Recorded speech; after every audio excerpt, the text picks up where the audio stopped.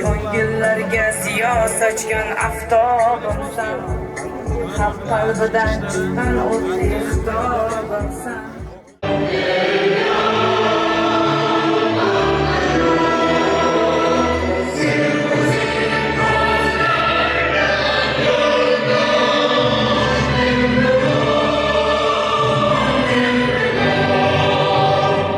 O'zbekiston Respublikasi Konstitutsiyasiga bag'ishlangan bayram tadbirini ochib berish uchun so'z Qo'shrabot tuman hokimi Shakarboyev Dilshod Davronovga.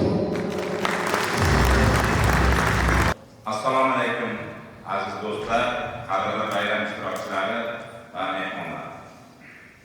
Avvalambor barchalaringiz sizlar orqali tumanimiz aholisini 8-dekabr O'zbekiston Respublikasi Konstitutsiyasi qabul qilinganining 33-yilligi bilan samimiy muborakbod etaman.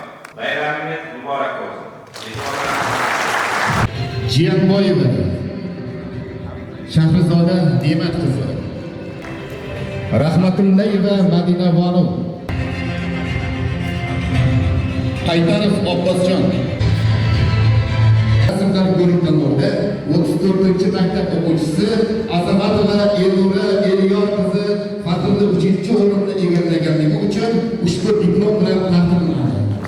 Oziqulova Marjona Baxtiyor qizi 70-maktab o'quvchisi ushbu diplom bilan taqdirlanadi.